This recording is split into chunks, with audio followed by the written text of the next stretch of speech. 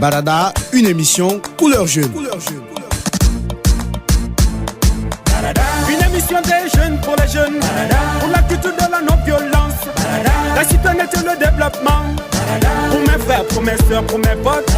Une émission des jeunes pour les jeunes, pour la culture de la non-violence, la citoyenneté et le développement, pour mes frères, pour mes soeurs, pour mes potes. Barada pour des jeunes, Barada avec les jeunes, Barada couleur jeune, émission couleur jeune, Barada. Ce programme est de Church for Common Ground avec un appui financier de l'UNICEF.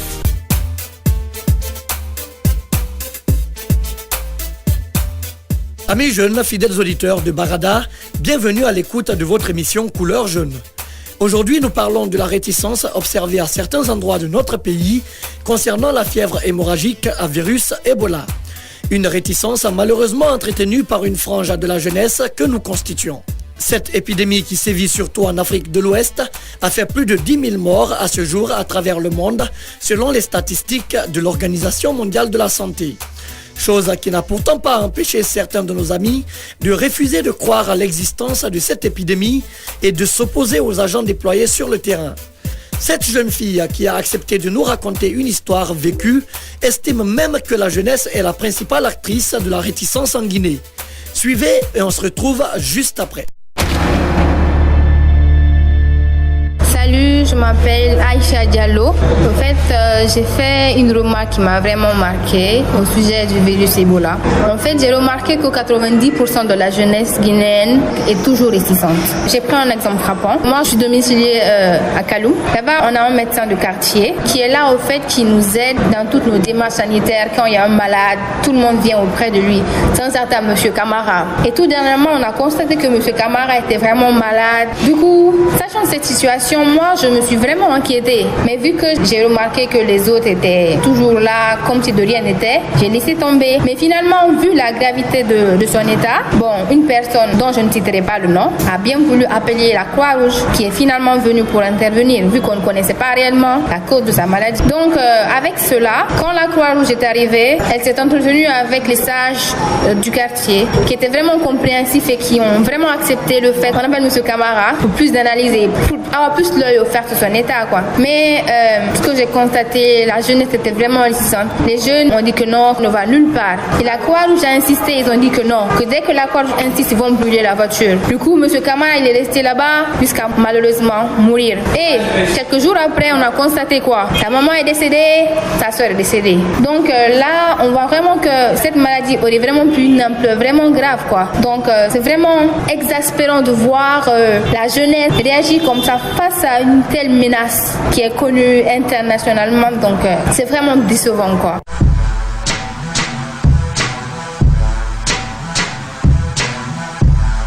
Et oui les amis, la jeunesse peut être parfois à la base de situations vraiment déplorables.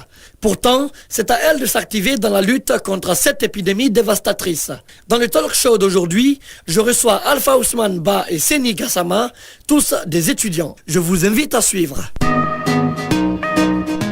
Vous venez tous les deux de suivre cette histoire avec moi. Je commence par toi, Seni. Oui. Quelle première impression tu as? Voilà, c'est vraiment dommage. Jusqu'à maintenant, les jeunes n'arrivent pas à comprendre le danger que présente cette maladie. Vraiment, c'est encore dommage. Parce que les jeunes, je crois bien, ils doivent servir vraiment d'exemple, surtout d'espoir pour éradiquer cette maladie. Mais si vraiment ils sont à la base de tout le désordre que nous sommes en train de connaître autour de cette maladie aujourd'hui, vraiment ça donne à réfléchir et c'est très dommage. Je les en veux beaucoup, en tout cas pour ceux qui font encore leur responsabilité dans tout ce qui se passe aujourd'hui. Ok, et je ne sais pas si Ousmane est d'avis avec toi. Je ne suis pas d'avis avec lui parce que là, si la communication est très mal faite, les gens ne vont pas comprendre. La jeunesse, elle est consciente, mais seulement la communication, elle est très mal faite. Imaginez-vous qu'on vous dise qu'une fois à l'hôpital, vous n'allez plus ressortir de là. Mais est-ce que la jeunesse peut accepter tout ça? Non, mais... Seigneur, on va laisser Aoubé finir. C'est ça. C'est la communication qui est très mauvaise. Le gouvernement n'a pas pris toutes ses responsabilités. Sinon, on aurait dû avoir avoir, disons, une population actuellement qui est vraiment imprégnée des réalités de Ebola. Mais si vous voyez, jusqu'à présent, ça ne marche pas, c'est que l'Ebola est très mal géré dans le pays. Non, mais franchement, là, je suis même surpassé, s'il faut le dire vraiment, à travers ton intervention. Mais en parlant de communication, bien sûr, aujourd'hui, qui peut nier, franchement, que le gouvernement n'a pas suffisamment communiqué autour de cette maladie? Mais quand on écoute les radios, quand on regarde les télévisions, quand on suit sur l'internet, donc, tout ce qui se dit, comme on appelle, autour de cette maladie, vraiment, je crois, les jeunes doivent être vraiment informés de ce qui se passe aujourd'hui. Donc, plutôt, ils doivent vraiment se mettre à appliquer donc, les commandes qui viennent des autorités sanitaires, au lieu vraiment de créer c'est vraiment scandale autour de cette maladie. Mais, Ousmane, on est quand même frappé par cette maladie Ebola. Est-ce que tu peux nier aujourd'hui qu'une communication intense a été faite autour de cette maladie quand même? C'est ça, la communication a été faite, mais c'est le comment, la manière de communiquer. L'autre fois, j'ai entendu un jeune dire que lorsqu'on a envoyé un cadavre dans une mosquée pour prier, on a vérifié, on a trouvé qu'il y avait, disons, des éléments manquants dans le corps. Donc cela augmente la réticence des gens, parce qu'il y a même d'autres qui disent que le gouvernement... Est-ce que cela a été une communication officielle? C'est ça, c'est pas une communication officielle, mais ça se passe dans les quartiers, donc on ne doit pas se fier sur les communications officielles pour élaborer une politique de communication. Non, moi je suis pas d'accord avec Alpha sur ça, d'accord? Parce qu'aujourd'hui, quand on regarde tout ce qui se passe à la télévision comme information, mais écoutez, le plus grand problème dans tout ça aujourd'hui, franchement, les jeunes ne sont pas intéressés aux infos, vous voyez? Parce que quand on prend le cas de ce jeune-là, qui empêche carrément la Croix-Rouge de faire normalement son travail, ça devient vraiment dangereux, il faut le dire comme ça devient dangereux, parce que s'il s'agit de caillasser, s'il s'agit de manifester, s'il s'agit d'empêcher en réalité vraiment les autorités sanitaires de faire aujourd'hui leurs travaux, mais c'est les jeunes, parce que quand même on ne va pas dire que c'est tout autre âge de personnes qui viendraient s'interposer vraiment pour empêcher ces gens-là de faire leurs travaux, c'est pas possible, c'est les jeunes, donc c'est les jeunes qui sont à la base de ce que nous sommes en train de connaître aujourd'hui, et en ce qui concerne surtout le grand problème dans tout ça, la réticence. Ousmane, tu attaques peut-être la méthode utilisée dans le cadre de la communication, mais tu reconnais qu'une communication quand même a été faite. Selon toi, qu'est-ce qui a manqué? C'est ça, c'est une question de fond. Il a eu à parler ici de l'attitude des jeunes envers Ebola. Mais ce qui veut dire que la communication n'est pas bonne. Si la communication était bonne, on sait que la jeunesse a un sang vraiment chaud. Ce sang chaud-là aurait dû servir pour la lutte contre Ebola. Imaginez-vous, un jeune qui est capable d'attaquer les gens, d'attaquer la Croix-Rouge et autres là. Imaginez si ce jeune-là comprenait vraiment ce que c'est Ebola. S'il avait compris, disons, la réalité d'Ebola, s'il avait compris les ravages que commet Ebola aujourd'hui dans le pays, il aurait dû utiliser cette force-là pour la sensibilisation. Il aurait dû utiliser cette force-là pour lutter contre Ebola. Mais la communication a manqué objectivement. Si on te demandait à toi, Ousmane, aujourd'hui, de revoir la communication qui est faite autour d'Ebola, qu'est-ce que, en tant que jeune, tu proposerais qu'il soit fait? C'est ça, c'est surtout la campagne porte à porte. On a vu des pays comme le Libéria, la Sierra Leone, comment ils ont fait. Il y a eu même des campagnes de confinement de la population. On voit s'il y a un suspect dans un quartier, qu'on contrôle le quartier systématiquement. Mais ce qui est déplorable aujourd'hui, on ne sait même pas comment est-ce que les quartiers sont structurés. On ne sait même pas, c'est que tout évolue dans l'impasse. C'est que si ça évolue dans l'impasse, on ne peut pas contrôler les choses. C'est que tout ce qu'on dira autour d'Ebola, ça ne fera qu'enflammer les choses, ça ne fera que mettre l'huile sur le feu. Séni, selon toi, qu'est-ce que la jeunesse devrait faire pour s'inscrire dans le cadre de la lutte contre Ebola de façon efficace? Voilà, donc c'est la vraie question d'aujourd'hui. Donc les jeunes doivent comprendre quoi? Vraiment que si les gens viennent envers eux, si les gens débouchent de l'argent pour vraiment les sensibiliser, pour les doter en kit, vraiment c'est pour savoir qu'il existe une maladie aussi dangereuse que Ebola, qu'ils doivent comprendre et surtout respecter les règles dictées par les autorités sanitaires. Et pour Ousmane, la jeunesse, elle n'est pas du tout responsable de cette situation. Elle n'est pas responsable, il n'y a pas eu de compréhension. Si la jeunesse avait compris cela, la jeunesse allait participer activement à la lutte contre Ebola. Un dicton dit que si on ne connaît pas quelque chose, si on ignore quelque chose, on devient contre. Après le talk show, place à présent à la dernière rubrique de votre émission Barada. Il s'agit bien de l'avis de l'expert. Aujourd'hui, nous recevons Aboubakar Dansoko, coordinateur du programme de la section guinéenne du Parlement des jeunes de l'Union du fleuve Mano pour la paix. Il pense que la jeunesse guinéenne doit prendre conscience de la situation et arrêter d'entretenir la réticence vis-à-vis de la lutte contre Ebola. Suivez l'interview.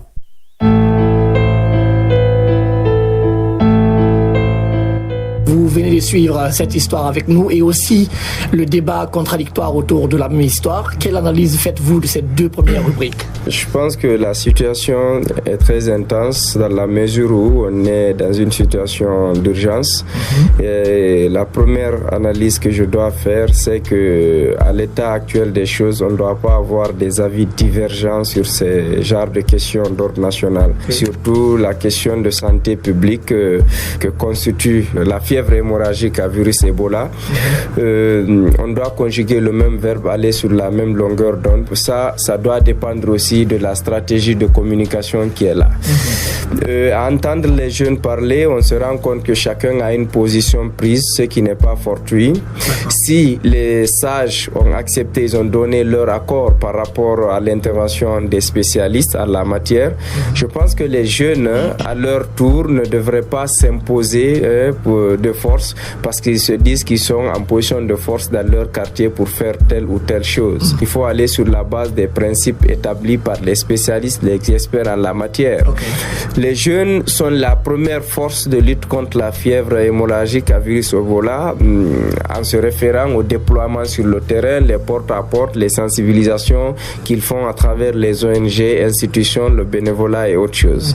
Mais de l'autre côté, il y a aussi des jeunes qui jouent un mauvais rôle à travers les mouvements de réticence dans les quartiers et dans les localités, soi-disant qu'ils ne vont pas laisser leurs parents, leurs amis et ainsi de suite. C'est mal comprendre la chose, c'est juste des rumeurs qui alimentent ces genres de choses qui font que les jeunes là sont tentés de mener cette résistance à tort.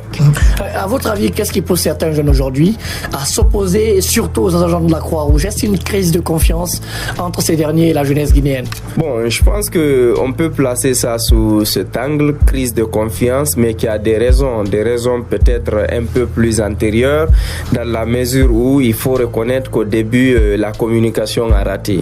La communication autour de cette fièvre a raté parce que moi, personnellement, les premières informations que j'ai apprises, c'est qu'on ne peut pas guérir d'Ebola. Il y a des rumeurs qui coulaient, soi-disant que c'est importé et ainsi, c'est cela. Ça n'engage que ceux qui le disent. Mais une personne mal informée, la personne est tentée d'avoir cette attitude de réticence.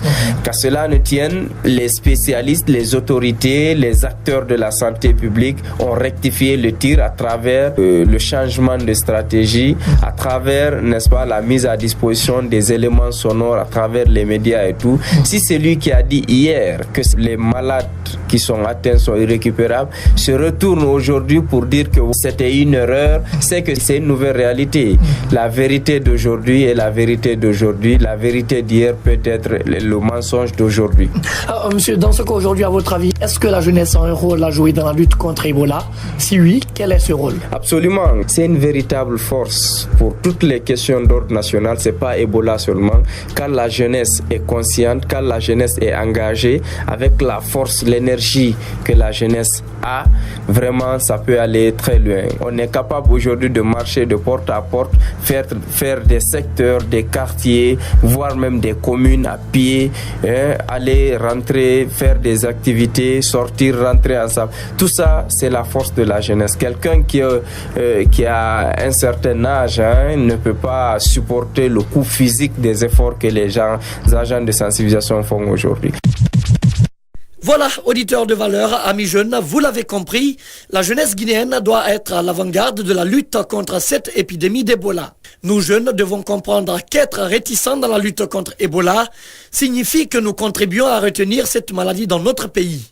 Et je doute fort que cela soit ton intention, toi jeune qui m'écoutes en ce moment. C'est pourquoi tu dois dire stop à la réticence des jeunes contre Ebola dans mon pays. Et cela ne doit pas être que des mots, mais des actions. Sensibilisons dans nos quartiers pour qu'on puisse dire dans peu de temps zéro Ebola en Guinée. Ainsi prend fin votre émission Barada. À la semaine prochaine les amis, El Proximo. Vous voulez réagir à cette émission? Envoyez-nous un SMS au 622 31 39 81 ou appelez-nous au 622 05 05 33. Vous pouvez également nous envoyer un mail sur guinea@sfcg.org ou nous suivre sur notre adresse Facebook Chef Common Ground Guinée.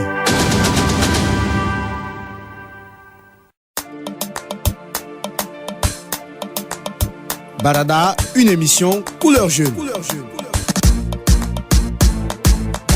Une émission des jeunes pour les jeunes, pour la culture de la non-violence, la citoyenneté et le développement, pour mes frères, pour mes soeurs, pour mes potes. Une émission des jeunes pour les jeunes, pour la culture de la non-violence, la citoyenneté et le développement, pour mes frères, pour mes soeurs, pour mes potes. Barada pour des jeunes, Barada avec les jeunes, Barada couleur jeune, émission couleur jeune, Barada. Ce programme est de Church for Common Ground avec un appui financier de l'UNICEF.